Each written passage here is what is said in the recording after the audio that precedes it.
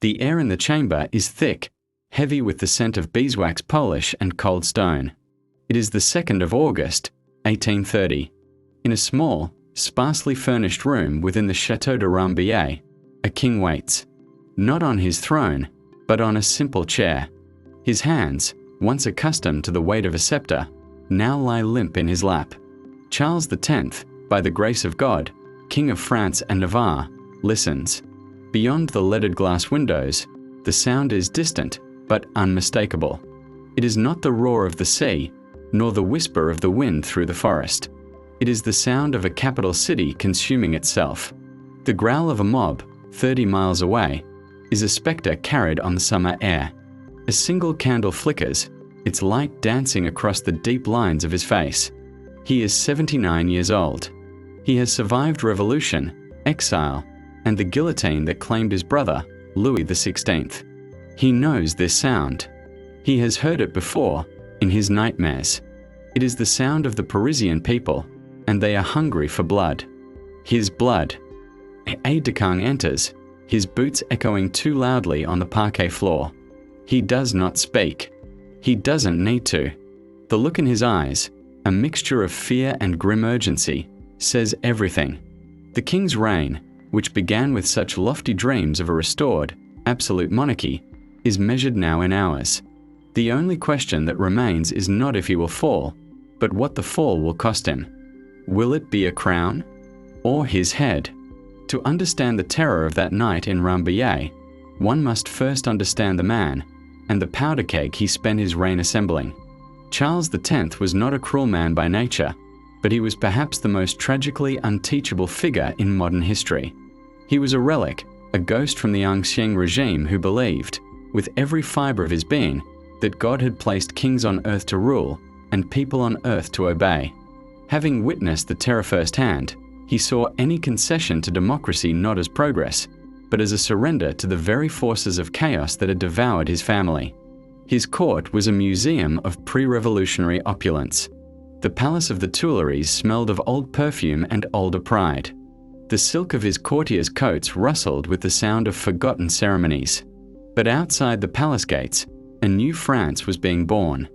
The smell was of coal smoke and ink, the sound of clattering printing presses and the debates of industrialists and journalists.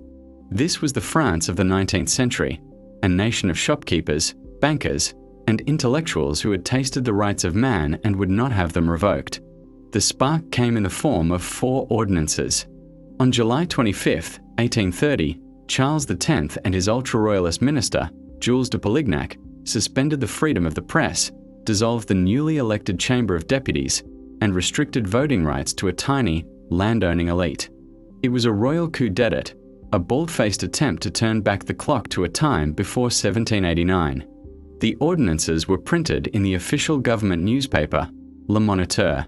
The paper felt dry and official, but its words were a lit match thrown into a room soaked in petrol. In the print shops of Paris, the reaction was immediate and visceral. The smell of fresh ink and damp paper filled the air as typesetters, their fingers stained black, read the decrees. They were to be silenced. Their livelihoods, outlawed. One printer, slamming his fist on a bench of type, is said to have declared, "The government has broken the legal compact. Resistance is no longer a right, it is a duty." The presses, which usually churned out news and literature, now began to produce something else, calls to arms. The first barricades, erected on the morning of July 27th, were not built of stone, but of hope and desperation. They were cobbled together from overturned omnibuses, shattered furniture, and paving stones torn from the very streets of Paris. The air, once filled with the city's din, now crackled with a new, terrifying energy. The sound of hammers on stone, the screech of wood being ripped apart, and then, the first, tentative pops of musket fire. For 3 days, the city became a battlefield. This was not a war of armies, but of alloys. Students, workers, and shopkeepers, the sans-culottes of a new generation, fought with hunting rifles and improvised pikes against the King-esque professional soldiers, the Swiss Guards and the line infantry. The smoke of black powder drifted through the narrow streets of the capital, an acrid fog that stung the eyes and choked the lungs. The grand boulevards became shooting galleries. The Louvre itself became a fortress. The 3 glorious days, as they would later be known, were in reality 3 days of butchery and chaos, drenching the summer-hot cobblestones in blood. From the Tuileries, Charles X received reports, but they were sanitized, delayed. He was told the disturbances were minor, that order would soon be restored. He could not, or would not, comprehend the scale of the inferno. He was living in a bubble of his own divine right, and that bubble was about to burst. On July 29th, the tide turned definitively. Regiment after regiment, sickened by the order to fire on their own countrymen, defected to the insurrection. The tricolour flag, the hated symbol of the revolution he despised, was raised over Notre Dame. The king's Paris was lost. The realization, when it finally struck him, was a physical blow. The monarchy, 1,000 years in the making, had been shattered in a weekend. The decision to flee was a whisper that became a shout in the gilded halls of the Tuileries.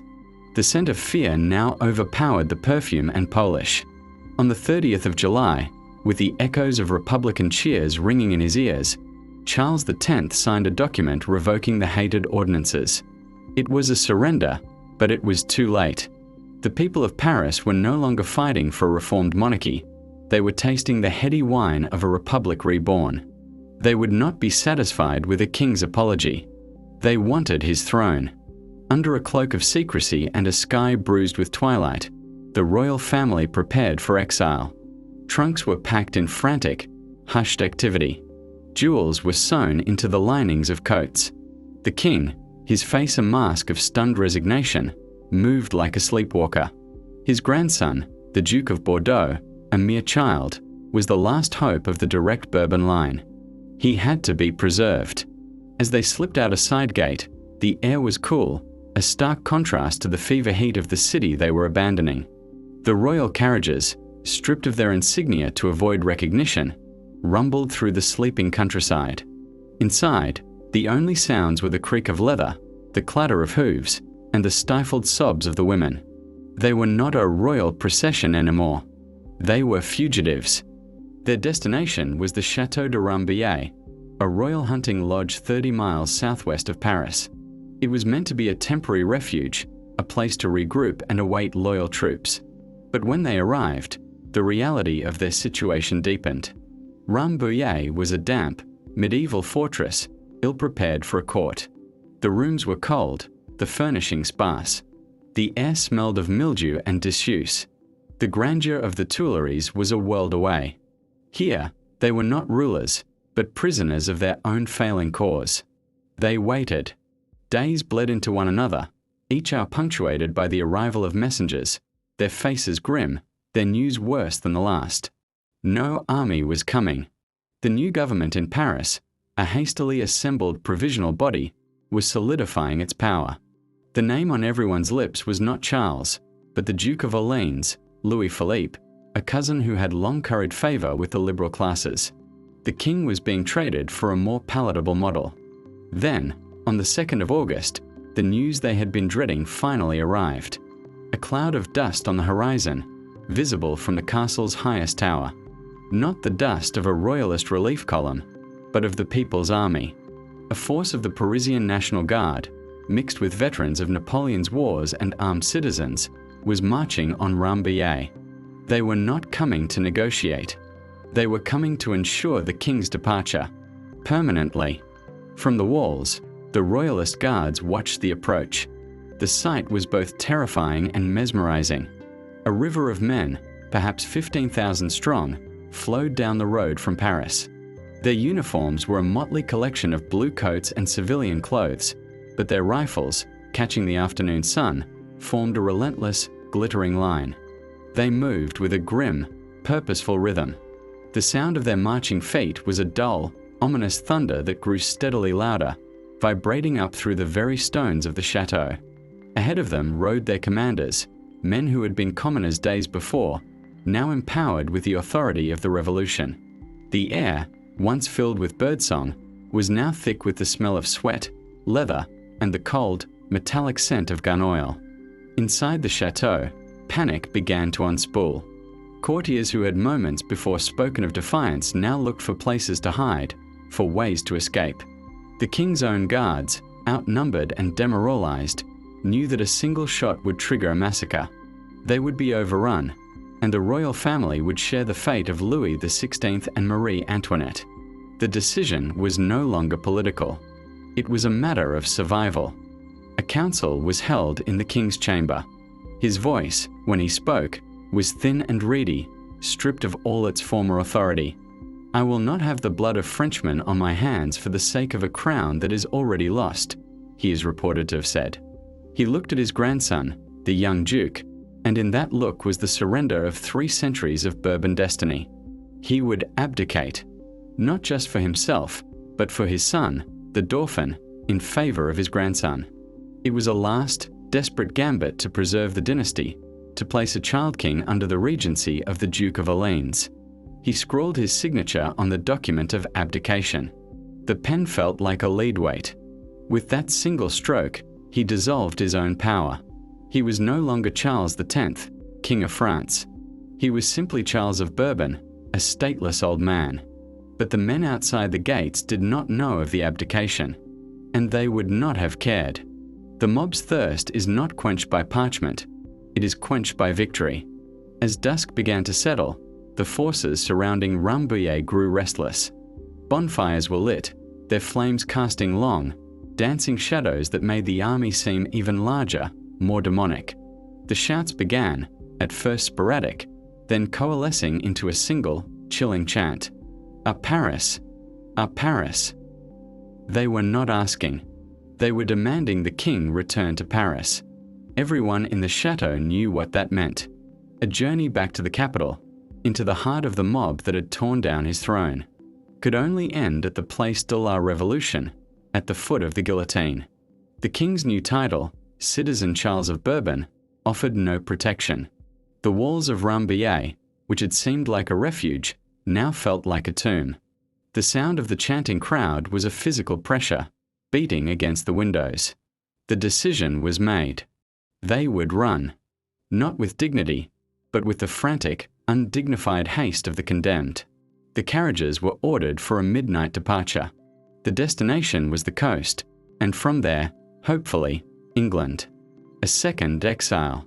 But first, they had to get past the army at their gates. The carriages were brought to a rear courtyard, away from the jeering masses and the glare of their fires. The night was pitch black, a mercy that hid the sheer scale of the forces arrayed against them. The only light came from the few lanterns held by trembling servants, their flames throwing frantic, jumping shadows against the chateau's stone walls. The royal family, now just a family, scrambled inside. The air in the carriage was cold, laced with the smell of damp wool and stark, animal fear. Charles sat rigid, his eyes closed, perhaps in prayer, perhaps simply retreating from a reality too horrific to witness. The Duchess of Berry clutched her son, the nominal child king, so tightly he whimpered. A single order was given, whispered from the driver's box. The gates, heavy and oak-reinforced, began to creak open. For a heart-stopping moment, nothing happened. Then, a roar went up from the darkness. They had been seen. The carriage lurched forward, the horses whinnying in terror, their hooves striking sparks on the cobblestones. They plunged into the night, not as a royal procession, but as prey fleeing the hunt. What followed was not a journey, but a descent into hell. The road to Maintenon, their first hoped-for refuge, became a gauntlet. The news of their flight had outpaced them, carried on the swift feet of rumor and rebellion. In every village, in every hamlet, they were met not with bowed heads, but with raised fists and contorted faces, illuminated in the sudden, hellish glare of torches. The sound was a physical assault, the pounding of fists on the carriage walls, the splatter of mud and filth against the windows, the screamed curses. Tyrant! To the lamp post! The voices were raw with a hatred forged over decades of exile and restoration. The smell of pitch and smoke from the mob's torches seeped into the carriage.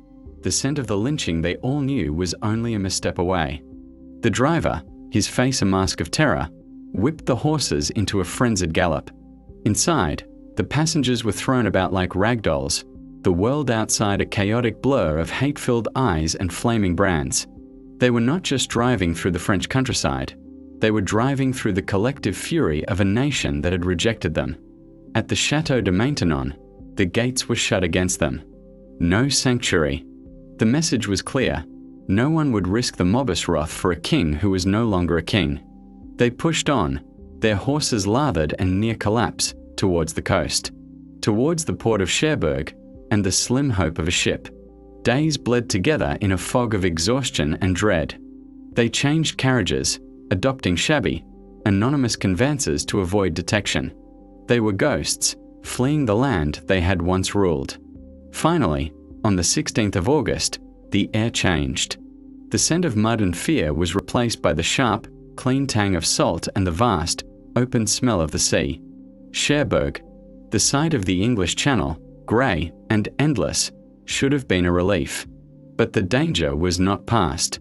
The harbour was thick with vessels, and among them, they knew, were ships loyal to the new government, watching, waiting for an order to seize them. Under a heavy guard provided by a sympathetic, or perhaps just dutiful, local commander, they were rowed out to a waiting ship, the Great Britain. It was not a royal yacht, but a humble merchant vessel. As Charles was helped into the dinghy, his legs unsteady, he turned for one last look at the shores of France. The coastline was a blur, a smudge of the nation he was born to rule, and had now lost forever. There was no ceremony, no cannon salute, just the mournful cry of gulls and the rhythmic slap of water against the hull. The ship's captain, a pragmatic Englishman, greeted them with a respectful nod that held no reverence. They were passengers now, paying for their passage.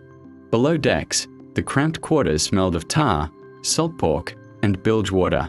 The gentle, nauseating rock of the ship was a world away from the solid, gilded carriages of the Tuileries. As the coastline of France faded into the mist, Charles X, the last Bourbon king of France, stood at the rail, a solitary, broken figure. He had escaped the guillotine, but he had not escaped his fate. He was a prisoner, not of stone and iron, but of history itself. His reign was over. The revolution had won. The fallout was immediate and absolute. In Paris, the Duke of Orleans was proclaimed King of the French, a deliberate and symbolic break from the King of France. He ruled not by divine right, but by the will of the people, a constitutional monarch with his power severely checked. The Bourbon white flag was replaced, permanently, by the revolutionary tricolour. The July Monarchy was born from the ashes of the old, a bourgeois kingdom for a bourgeois age. For Charles, the imprisonment of exile was a slow, grinding death. He lived out his remaining years in a gloomy palace in Habsburg-controlled Gorizia, a phantom at the feast of European royalty. The smells were foreign, the sounds of the language unfamiliar. He became a living monument to a failed ideal, his court a sad parody of Versailles, attended by a handful of die-hard loyalists whose world had ended in the summer of 1830. He died of cholera in 1836, his body forbidden from returning to the soil of France. He was buried in a crypt far from his ancestors, the final, irrevocable seal on his imprisonment. The debate among historians is not about what happened, but about why. Was Charles X a blind tyrant, so wedded to the past that he willingly walked into the abyss? Or was he a principled, if foolish, man who believed he was upholding a sacred contract between God and the monarchy, a last bastion against the rising tide of godless republicanism? The ordinances were an act of breathtaking political folly, but were they an act of evil? The Revolution of 1830 was undoubtedly a victory for the liberal, propertied classes, but it was won with the blood of the working-class Parisians who manned the barricades. Was this a true revolution, or merely a transfer of power from one elite to another, leaving the fundamental inequalities of the Restoration largely intact? The story of King Charles X is not just the story of a king who lost his throne. It is a cautionary tale about the peril of ignoring the world as it is, in favor of the world as you believe it should be. It is a story about the intoxicating and terrifying power of a people awakened. And as the mist closed over the Channel, swallowing the last sight of France, one is left with a chilling thought that echoes down to our own age. No throne is so secure, no power so divine, that it cannot be toppled by the sound of paving stones being torn from the streets.